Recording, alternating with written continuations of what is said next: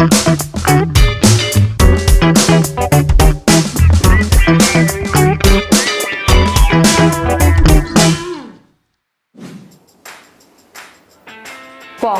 뭔가 오늘 좀 다른 것 같지 않아요? 너 쌍수했구나. 그 필러를 조금 맞은 아니 이게 아니라 오늘 좀 뭔가 구도가 다르지 않아요? 뭔가 책상도 없고. 맞아, 평소 수업 듣던 거랑은 조금 다른데? 네, 오늘 특별한 홍윤 선생님이 오셔서 촬영 세트를 이렇게 준비를 해봤어요. 뭔가 약간 토크쇼 같은 느낌이 나는데요? 네, 맞습니다. 오늘은 토크쇼 형식으로 수업이 진행될 거예요. 선생님이 설명도 해주시고 이야기도 해주시겠지만 수현 씨와 종희 씨도 궁금한 부분 그리고 하고 싶은 말 있으면 편하게 토크 진행해 주시면 됩니다. 어떤 선생님이 오시는 거지? 그러게요. 기대되는데 빨리 오셨으면 좋겠어요. 안녕하세요. 네네. 네, 앉으실까요? 저는 함경북도 해령에서 태어나서 한국에 온 지 8년 차 된 김수정이라고 합니다. 반갑습니다. 그럼 함경북도면 북한에서 오시는 네. 건가요? 저희가 통일 수업을 그동안 들으면서 북한에 대한 궁금증이 되게 자연스럽게 생겼는데 오늘 그 궁금증을 많이 해소할 수 있을 것 같아요. 네, 이제 수업에 앞서서 수현 씨랑 정희 씨는 고향이 어디예요? 저는 태어날 때부터 지금까지 계속 청주에서만 있었습니다. 저도 한 번도 청주를 떠나본 적이 없어요, 아직. 그러시구나. 제 고향은 함경북도 해령이라고 지도를 보시면 제일 북쪽이라고 보시면 돼요. 네, 중국이랑 러시아랑 인접해 있는 가장 북쪽에 위치해 있는 곳이 해령이에요. 그럼 선생님은 회령에서 어린 시절을 보내신 건가요? 네, 그쵸. 해령에서 태어나서 토학교 졸업하고 중학교 졸업하고 사회생활 2년 정도 하고 한국으로 오게 됐어요. 소학교, 중학교라고 하셨는데 한국은 초, 중, 고등학교로 나뉘거든요. 그러면 북한에서는 소학교, 중학교를 졸업하면 성인인 거예요? 그죠? 여기처럼 초등학교, 중학교, 고등학교를 안 가르고 여기는 소학교가 4년제고 중학교가 6년으로 그러니까 여기 중학교랑 고등학교를 합한 6년을 그냥 통틀어 중학교라고 불러서 그걸 졸업해서 18살이면 성인으로 분류를 해요. 여기랑 좀 체계가 틀리죠? 그럼 수현 씨랑 정희 씨는 어린 시절 어떤 과에 놀았나요? 제 또래 남학생들은 보통 PC방을 많이 가서 거기서 뭐 스타크래프트나 메이플 스토리 같은 컴퓨터 게임 많이 했었던 것 같습니다. 보통 그리고 저희 여학생들은 드라마를 보거나 아니면 노래 들으면서 막 춤 따라 추고 막 이랬던 것 같아요. 그렇구나. 선생님은 어떻게 어린 시절을 보내셨어요? 그냥 중학교 때부터 이렇게 막 얽매가지고 국가에서 하라는 대로 뭐 끝나면 동원 가고 동원 끝나면 김씨일 가 그런 사상교양 듣고 이런 게 전부 어린 시절이라 그렇게 게임이랑 춤이랑 이런 건 상상도 못했어요. 네네. 어린 시절에 동원이 된다고 하셨는데 일을 하는 거예요? 초등학교, 중학교, 대학교, 군대 그냥 할 것 없이 그냥 그 사이에 필요하면 무조건 다 따려 나가가지고 뭐 하다못해 애들이니까 뭐 옥수수를 밟은다든지 고추를 딴다든지 무조건 해야 되고 여기랑 많이 틀리게 자랐네요. 혹시 시은 씨랑 정희 씨는 생활총화라는 걸 들어본 적 있어요? 생활총화는 처음 들어보는 단어예요. 저도 처음 들어봤습니다. 그게 북한은 초등학교, 중학교, 고등학교 다 나이 드신 할아버지들까지 이렇게 조직이라는 거 있는데 주에 한 번씩 생활총화라는 걸 해요. 근데 그 내용인즉서는 저의 한 주간 생활에 대해서 총화하겠습니다. 저는 이러이러한 잘못을 했습니다. 그것까지는 괜찮다. 그 잘못했는데 꼭 마지막에 호상 비판이라는 걸 해요. 호상 비판? 호상, 그러니까 서로 비판해준다 이런 뜻인데 남한테 싫은 소리 하는 건 솔직히 다 너남없이 싫은 일이잖아요. 네. 근데 그 앉은 조직에서 꼭 누구를 하나 지정해서 동무는 이번 주간에 뭘 잘못했습니다. 그럼 그 사람은 숱한 사람 이런 데서 일어나서 이렇게 벌을 서는 것처럼 근데 그것이 너무 싫고 누구 남한테 싫은 소리 하는 거 좋아하는 사람 어디 있고 또 그 사람도 꾸숱한 사람들한테서 창피하잖아요. 근데 무조건 생활총화를 한다. 여기서는 상상도 못할 일이죠. 그런 걸 어떻게 해. 근데 그거를 무조건 해면서 모두가 보는 앞에서 이렇게 창피하게. 그러면 동네 분들이랑 하시는 거예요? 그러니까 사회생활을 해서 무슨 할아버지 할머니들은 동네고 뭐 초등학교나 중학교나 고등학교는 한 개 학급이 한 개 조직이니까 그 사이에서 한 명이 이렇게 연단에 나가가지고 한 명씩 나는 누구를 비판합니다. 이렇게 딱 누구를 꼬집으면 그 사람은 일어서서 그 사람이 다 말이 끝날 때까지 들어야 되고 그런 게 있어요. 그리고 아까 김씨일가 우상화에 대해서 말씀해 주셨는데 김씨일가 우상화는 어떤 거예요? 강연 자료가 따로 있어요. 그게 맨날 나와가지고 대원 스님의 품속에서 무슨 자라난 뭐 꽃봉오리들이 어쩌고 막 이렇게 하면서 어릴 때부터 대원 스님이 계셨길래 우리의 아버지가 계셨길래 우리가 이렇게 살 수 있었다. 우리 세상이 최고길래 우리가 이만큼 누리고 행복하게 산다. 뭐 이런 스토리를 만들어가지고 마치도 막 자기들은 제기밥에 쪽잠만 자면서 인민들을 위해서 뭐 이렇게 한다. 뭐 이렇게 김씨 일가가 있었길래 이 나라가 건재했고 그렇게 됐다. 말 그대로 김씨 일가들을 우상시하고 그걸 세뇌시키는 그런. 그런 걸 주마다 해요. 무조건. 이렇게 먹고 살기도 힘든데 먹고 살기 위한 노동가는 또 별개로 충성심을 들먹이면서 정신적으로나 육체적으로나 노예로 만들고 있는 세상인 것 같아요. 그럼 탈북을 결심하게 된 계기가 앞에서 말씀하신 대로 북한의 생활과 관련이 있으신 건가요? 그렇게 있어봐야 앞날도 안 보이고 매일매일이 먹고 살기도 힘든데 전투에 전투를 거듭해야 되니까 이런 삶을 내 자식한테까지 넘겨준다. 그건 상상도 하기 싫죠.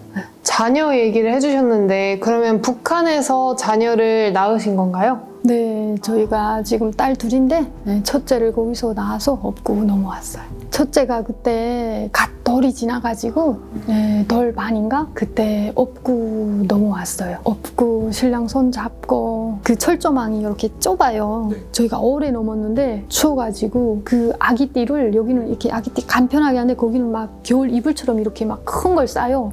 그 아기띠를 싸가지고 이게 안 넘어가는 거예요. 아기를 업었는데 넘어가야 하는데 이 짬에 그래서 막 신랑이 그 철조망을 막 들고 근데 또 심하게 들면 거기 군대들이 이렇게 딸랑딸랑딸랑하게 뭘 해놔가지고 막 진짜 막 숨을 저으면서 그걸 들어가지고 겨우 빠져나가서 신랑 빠지고 그래서 올라타서 중국에서 밤에만 이동하고 낮에는 또 집에 숨어 자고 중국이 땅이 엄청 넓으니까 이렇게 베트남까지 가로지르는데도 며칠이 걸리더라고요. 베트남도 통해서? 그러니까 자고 밤에는 또 이동하고 자고 이렇게 해서 베트남까지 가서 또 거기서 또 그 막 쪽배 막 그 강물이랑 막 엄청 더럽잖아요. 막 악어랑 살고 막 그 쪽배를 해서 또 라오스에서는 또 산을 넘대요. 그냥 뛴 것 같아요. 그냥 막 정신없이 뛰어서 올라왔다가 그 태국까지 도착하는데 쪽배 요만한 거 하나 타고 8명인가 타고 건넜거든요. 도착하니까 그 태국 경찰들이 막 나와 있더라고요. 그 수용소로 바로 인계돼서 한 보름 정도 있다가 인천공항으로 여기 국정원에서 마중 나오더라고요. 그렇게 들어오게 됐어요. 혼자서도 넘어오시기가 힘들 것 같은데 자녀를 데리고 이렇게 함께 탈북을 한다는 건 저는 정말 상상도 하기 힘든 일인 것 같아요. 네, 저도 사전에 알고 있던 내용으로는 중국을 거쳐서 바로 오는 줄 알았는데 그게 아니라 뭐 베트남, 라오스, 태국까지 이렇게 다양한 국가들 지나서 오시는 건 오늘 처음 알았던 것 같습니다. 그렇게 죽을 고비를 막 넘겨서 와서도 지금 잘 살고 있으니까 너무 행복해요. 그럼 그렇게 죽을 고비를 넘겨서 한국 땅을 처음 밟으실 때 그날 기억은 어떤 기억이 있으신가요? 그때 인천공항에 딱 도착했는데 내 삶의 비행기를 다 탔다. 막 엄청 놀랍고 이렇게 현대적이고 이렇게 멋있는 건물인데 이렇게 막 마스크도 너무 좋은 거예요. 거기서 생각했던 그런 게 아니고 병원으로 데리고 가가지고 혹시 무슨 균이랑 오나 뭐 이런 검사를 하나 봐요. 다 검사하고 옮기는 공정들이 이렇게 버스를 내다보는데 너무 멋있는 거예요. 막 세상에 고층 건물에 막 너무 멋있는 거예요. 말 표현할 수 없이 그때 잘 살아야겠다. 이런 좋은 세상에 왔으니까 막 그런 다짐을 많이 했던 기억이 안 잊혀져요. 북한에서랑 삶이랑 남한에서 삶이 많이 달랐을 텐데 어떻게 적응을 하셨는지 궁금해요. 그죠? 많이 틀린 세상이라는 것만은 확실하고 근데 하나원이라는 기관이 있어요. 도착해서 국정원에 먼저 들어가는데 거기는 당신이 어떤 일을 했으며 남한에 해를 끼치지 않겠냐 이런 거 조사하는 기관이라면 하나원은 사회에 나가서 잘 살 수 있게 보듬어주는 그런 기관이라고 보시면 되거든요. 거기서 자기 적성에 맞는 직업을 줄 수 있게 되게 많이 이용하는 그런 기초적인 직업 훈련 같은 것도 많이 하고 잘 이렇게 하려면 이런 게 필요하다 뭐 이런 거 그런 걸 많이 알려주고 그런 것 같아요. 그러면 지금은 충북에 정착하신 건가요? 네, 저희가 시누이가 먼저 와가지고 그래도 형제가 둘인데 그 곁에 간다 하고 충북에 오게 됐는데요. 그 와보니까 저희가 같은 사람들도 많고 뭐 충북이에요? 새살민 협회도 있고 어쨌든 그런 협회가 좀 많아요. 다채롭게 거기서 즐기던 놀이도 많이 하고 가끔씩 모여서 송편도 빚고 체육대회도 하고 그런 것도 많이 해요. 재밌게 살고 있어요. 아, 그러면은 이렇게 정착을 하시고 나서 한국의 느낌은 어떠세요? 북한에서 교육받은 것들과는 많이 다른가요? 네, 좀 달랐어요. 저희 어릴 때부터 이렇게 남한이라 안 말하고 막 남조선 괴뢰도당원 이렇게 배웠거든요. 근데 그런 데 가면 좀 어쨌든 안 좋다. 이런 우리는 사회주의다. 거기 남한은 좀 자본주의 세상이라서 살기 힘들다 더. 저희 진짜 교과서에 그렇게 그림이 나와 있어요. 네. 그 공부하고 싶어서 애들이 공부하는데 그 월사금이 없어서 학교에 못 가는 애들이 대반수고 가족 중에 누가 하나 아프다 하면 뭐 누나를 빨아서 팔던지 뭐 피를 뽑아서 팔던지 이렇게 해야만이 병을 고칠 수 있고 그게 교과서에 진짜 그렇게 세세하게 나와 있고 그러니까 아 저런 세상이 남한이구나 이렇게 알았고 근데 충적에 와보니까 그게 아니야. 북한보다 2년을 더 공부를 하고 뭐 돈이 없어서 학교 못 가는 사람은 찾아볼 수가 없고 그리고 병원비도 보니까 이렇게 의료보험 같은 것도 잘 돼 있고 뭐 성형이나 이런 거 외에는 기본적인 아픈 거 외에는 다 건강보험료 같은 걸로 치료할 수도 있고 좀 많이 틀렸던 것 같아요. 저도 약간 북한에서는 남한에 대해서 남한이 되게 못 산다 그런 식으로 교육한다는 거 들었는데 사실 그걸 진짜 믿으실까? 이런 생각이 들었었어요. 근데 엄청 디테일하게 거짓말을 하니까 그렇게 구체적으로 이렇게 하니까 안 믿을 사람이 없어. 사람이라는 이게 동물이 참 말한 대로 막 순응하고 그런 것 같아.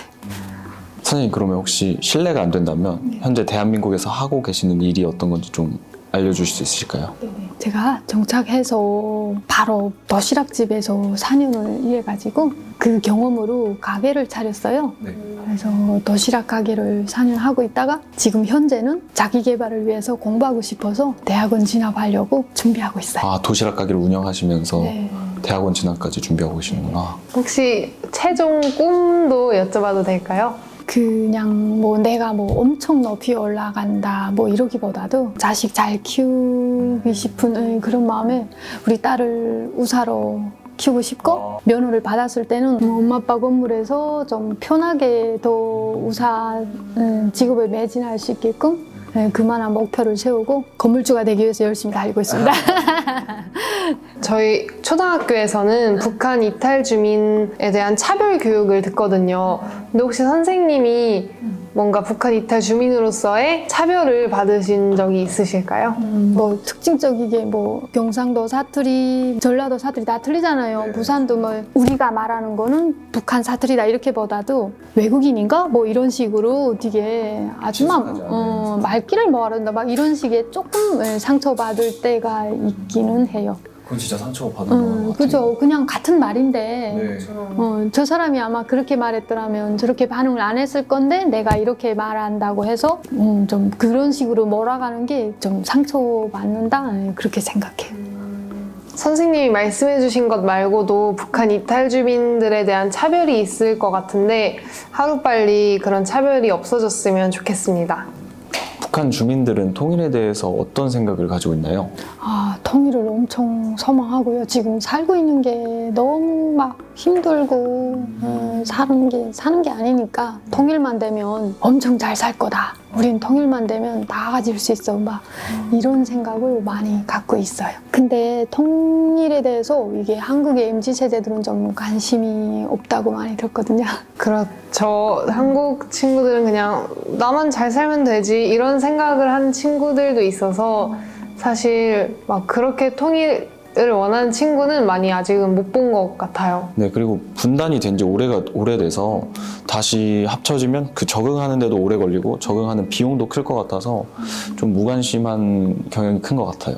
그죠. 분명 통일이 되면 적응하는 시간이랑 기간도 많이 필요하고 돈도 필요할 것 같은데 그래도 또 분명한 이득은 있다고 봐요. 먼저 북한 같은 경우는 자원이 많이 매장돼 있는데도 그걸 캐낼 수 있는 기술이 안 되니까 지금 쓰지를 못하니까 그런 거를 우리는 기술이 발전됐으니까 많이 가서 외국에서 사오지 않고서리도 활용할 수 있고. 활용할 수 있고 그리고 또 만약에 부산에서 철길이 뚫린다 이렇게 하면 아시아고 유럽이고 단방에 왔다 갔다 할 수 중국까지도 한 번에 있는 비행기를 안 타고 그런 비용도 많이 들 것 같고 그리고 지금 언제 전쟁이 날 줄 모르니까 우리가 3년 동안 의무 군사복무를 하고 있잖아요. 그런 쪽에서도 많이 절감될 수 있다 이렇게 생각하고 있어요. 그리고 무엇보다 통일이 되면 북한 사람들의 인권 문제 이런 게 확실하게 해결될 거라고 생각해요. 북한 사람들은 자유라는 게 전혀 없으니까 여기서 어디를 이동하고 싶어도 따라다니는 서류가 엄청나요. 북한 내에서 이동하는데도 그죠. 북한 내에서 아. 바로 다른 시에 이동한다고 해도 보안소에 가가지고 제가 여기 가겠습니다. 무슨 이유로 가겠습니다. 도장 찍어주세요. 도장을 받아야 돼. 그게 또 며칠 걸려. 또 여기서 말하는 시청 비슷하게 그런 데 가서 제가 어디를 이동해야 되겠는데 요거 좀 마저 해주세요. 이렇게 그냥 서류가 엄청 복잡하고 여기는 뭐 그냥 앉아서 부산 가고 싶으면 이제 당장 가도 누가 뭐라 할 소리 없고 그러니까 구석구석 속박이고 근데 그런 그 여행 목적으로는 다른 지역으로 이동이 안 되는 건가요? 여기 저처럼 막 여행 간다 이런 느낌보다도 저기에 아빠 엄마가 계시는데 돌아가셨어 가야잖아요. 그렇게 필수 조건인데도 엄청 절차가 복잡해. 그러니까 임종을 못 지켜두는 딸들이 참으로 많아요. 어떻게 시집은 멀리 왔는데 부모가 당장 돌아가서 이게 승인이 안 나면 못 가요. 이게 가다가도 건멸해서 바로 기차에서 내려버리니까 이게 갈 수가 없으니까 참 그런 데는 속박이 많이 된 것 같고. 제가 듣기로는 북한에서는 직업을 선택할 수 없다고 들었는데 그게 그죠. 맞나요? 그러니까 거기는 그 옛날에 막 너의 자식은 너애가 되고 뭐 그런 사회처럼 되게 계급화가 돼 있다고 봐요. 그러니까 아빠가 탄을 캐는 일을 하면 자식은 무조건 그걸 탄을 캐야 되고 아빠 엄마가 농사를 지으면 무조건 농사를 지어야 되고 그리고 아빠가 무슨 책임비서다 뭐 이렇게 하면 자식도 당연히 책임비서 되는 거죠. 그러니까 가업을 세습하는 그 느낌으로 어쨌든 농장일 하는 자식은 무조건 농장일만 해야 되고 농장일만 해야 돼. 다른 걸 할 수가 없어요. 자신의 선택은 전혀 못하고 전혀 못하고 그러니까 내가 진짜 저 좋은 대학을 딱 가고 싶은데 못 가. 내 부모 때문에. 그렇게 억누르면서 많이 살고 있으니까 참 억울하고 먹고 살고 있는 그런 문제는 사회적인 나라 일을 하는 거랑 별개로 남자들은 무조건 나가서 나라 일을 해야 되고 밤에 무슨 어디가 도둑질을 한다든지 어떻게 해서든지 먹고 사는 건 따로 해결해야 되고 나라 일에서 급여는 따로 없는 건가요? 없죠. 제가 그 사회 나와서 교사를 2년 정도 했었어요. 네. 한 달 봉급이 그것도 교사만 주는 거. 교사들은 먹어야 학생들을 가르칠 수 있는 그런 게 되니까. 근데 한 달 봉급이 밀가루 6.5kg였어요. 아 현금으로 주는 게 아니라 아니. 식품이요? 있으면 있는 대로 주는데 한 달을 일해보니까 밀가루 6.5kg를 주더라고요. 근데 그거 하루에 빵을 다 해가지고 식구들 다 놀아준 거 없어. 아 하루만에 하루 만에. 그러면 어떻게 30일 중에 하루를 그거를 만약 살았다고 합시다. 그럼 29일은 가르치는 거 외에 따로 가서 벌어서 29일 먹을 수 있는 쌀을 벌어야 하잖아요. 네네 그러니까 그 사람이 교사 학생들을 가르치는데 집중을 하겠냐고. 먹고 오늘 굶고 나왔는데 뭘 어떻게 가르쳐? 네 그럼 교육의 질도 떨어지고 떨어지고. 그러니까 그게 매 분야에 다 그런 식으로 임하는 것 같아요. 먹고 사는 거는 별개, 나라 일은 또 별개. 참 많이 억압하고 그런 것 같아요.